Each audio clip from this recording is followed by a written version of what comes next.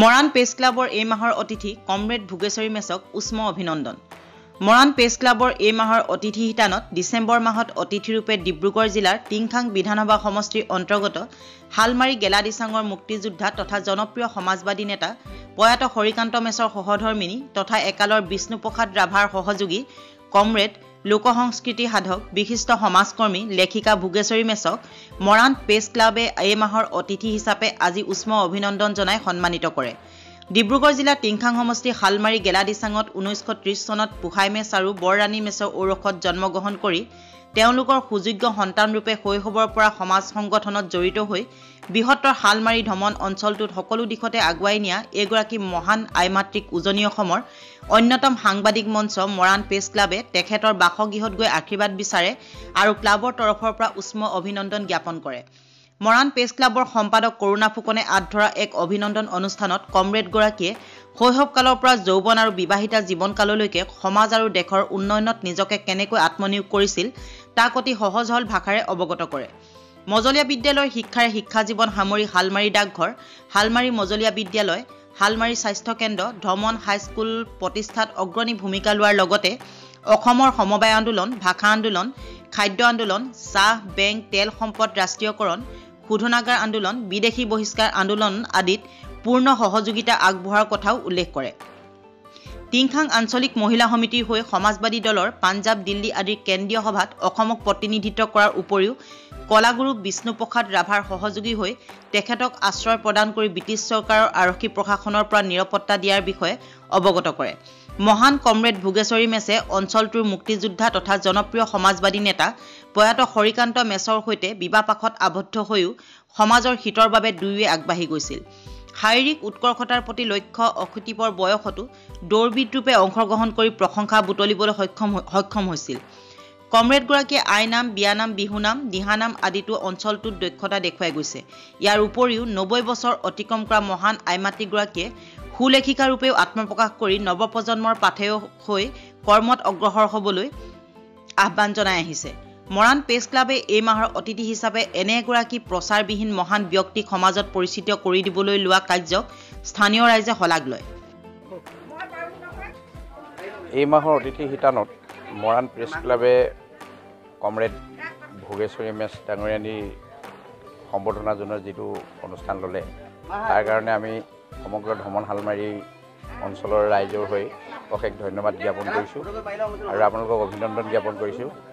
আটাইতকৈ আমি সুখী হৈছোঁ এই কাৰণটোতেই যে সচৰাচৰ যেনেকৈ বিভিন্ন অনুষ্ঠান পাতি ডাঙৰ ডাঙৰ ব্যক্তিক সম্বৰ্ধনা জনোৱা হয়, কিন্তু ভিতৰৰ অঞ্চলত যিবিলাক প্ৰকৃত কৰ্মী,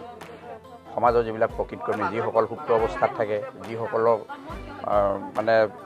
সমাজৰ আগত মানে প্ৰকাশ কৰিব পৰা সুবিধা নাথাকে, সেইসকলক যে আপোনালোকে এই ধৰণে আহি গাঁৱৰ ভিতৰত সম্বৰ্ধনা জনালে, এই কাৰ্যসূচীটো আপোনালোকৰ আমি অতি আনন্দিত হৈছোঁ আৰু অতি সুখী হৈছোঁ আৰু আশা ৰাখিছোঁ এনেধৰণৰ কাৰ্যসূচী নিশ্চয় আপোনালোকে ভৱিষ্যতলৈ চলাই যাব।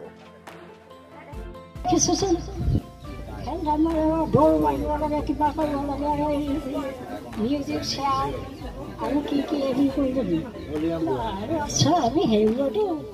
কৰোঁ যদিও নেজানো। আপোনাক এই মাহৰ অতিথি হিচাপে আজি অভিনন্দন জনালে, আপোনাৰ অনুভৱ কি হৈছে? আনন্দ পাইছোঁ আৰু কি কৰিব, তেনেকৈ বৰকৈ নেজানো একো, একে পাছত দেখা নাই, শুনাও নাই। আজি মৰাণ প্ৰেছ ক্লাবৰ যিবিলাক কৰ্মকৰ্তা সকলোবোৰ আহি যে আমাৰ ইয়াত মোক অভিনন্দন জনালে তাৰ কাৰণে মই তেখেতসকললৈ ময়ো অভিনন্দন জনাইছোঁ যে তেখেতসকল ভালে থাকক, তেখেতসকলৰ জীৱনৰ যি কৰ্ম সেই কৰ্ম যাতে সুচাৰুৰূপে কৰিব পাৰে তাৰ কাৰণে আমি সকলোটিলৈকে মই ভগৱানৰ ওচৰত প্ৰাৰ্থনা জনাইছোঁ। দেই মুখতে তাতে মানে পখৰা পখৰি কাপোৰবিলাক বিৰাট কোলা কোলা কেইজনমান তেতিয়া মিলিটাৰী নকৰিলে চিপাহীহে কয়, তেনেকুৱা চিপাহী কেইজনমান উঠি আছে। তেতিয়া আমাৰ দিনত আকৌ ৰাতিপুৱা স্কুল আছিলে, ৰাতিপুৱা স্কুললৈ আমি আহিছোঁ সেইকেইজনে সেয়াটো আমাক এটা খেদি আহিছে সেইকেইজনে আমাক খেদি আহিছে আমি আমাৰ পিতাহঁতে জেউৰা ভেটি আছিলে আমিও জেউৰা খুটি লৈ ভয় নকৰিলোঁ নহয় একটো পেটতে খুচি দিলোঁ সঁচাকৈ সঁচাকৈ মিছা কথা কওঁ আমি তিনিটা আমাৰ বাই মই মোৰ ভনীজনী আমি তিনিটা আমাৰ সৰু ককাই আৰু পিতাই জেউৰা ভেটি আছে তাৰপিছত আমাৰ এইটো খুব বেয়া পাব ধৰিলোঁ তেতিয়াৰ পৰা আমি কমিউনিষ্ট পাৰ্টীমুখী হৈছোঁ আৰু দেই লাহে লাহে আৰু তাৰপিছতে আমি এইবোৰ কৰিবলৈ ধৰিলোঁ আন্তৰিক অভিনন্দন তথা শ্ৰদ্ধা জ্ঞাপন কৰিছোঁ আপোনালোকৰ তিথি এই অনুষ্ঠানটোৱে আমাক খুব আপ্লুত কৰিছে আমি খুব ভাল পাইছোঁ আমি সকলোৱে জানো মন্ত্ৰী MLA বা ডাঙৰ বিষয়ববীয়াসকলক সকলোৱে চিনি পায় সকলোৱে বিভিন্ন স্থানত গামোচা পিন্ধায়েই কিন্তু আমাৰ যিসকল গ্ৰাম্য অঞ্চলত সোমাই থকা নীৰৱ সাধক নীৰৱ সমাজসেৱক সেইসকলক সন্মান কৰোঁতা সমাজত কোনো নাই কিন্তু সেইসকলৰ ছত্ৰছায়াতে একোটা অঞ্চল সজীৱ হৈ আছে তাৰে প্ৰমাণ আমাৰ এই শ্ৰদ্ধাৰ বৰ্মা সাদৰেৰে আদৰি লৈছোঁ আৰু খুব সুখী হৈছোঁ আৰু ধন্যবাদ জ্ঞাপন কৰিছোঁ আৰু এটা কথাত আমি সুখী হৈছোঁ যাতে আপোনালোকে আমাৰ এই অঞ্চলটোত যে কথাটো বাছি ল'লে আমাক যোগাযোগ কৰিলে এনেকুৱা এগৰাকী ব্যক্তি লাগে বা কোনোবা আছে নেকি কুমাৰ গগৈ ডাঙৰীয়াই যোগাযোগ কৰিছিলে আমিও তেতিয়া খুব আনন্দৰে আগবঢ়াই দিছিলোঁ যে আমাৰ ইয়াত এগৰাকী অতি বয়োজ্যেষ্ঠ মানুহ আছে তেখেতক আপোনালোকে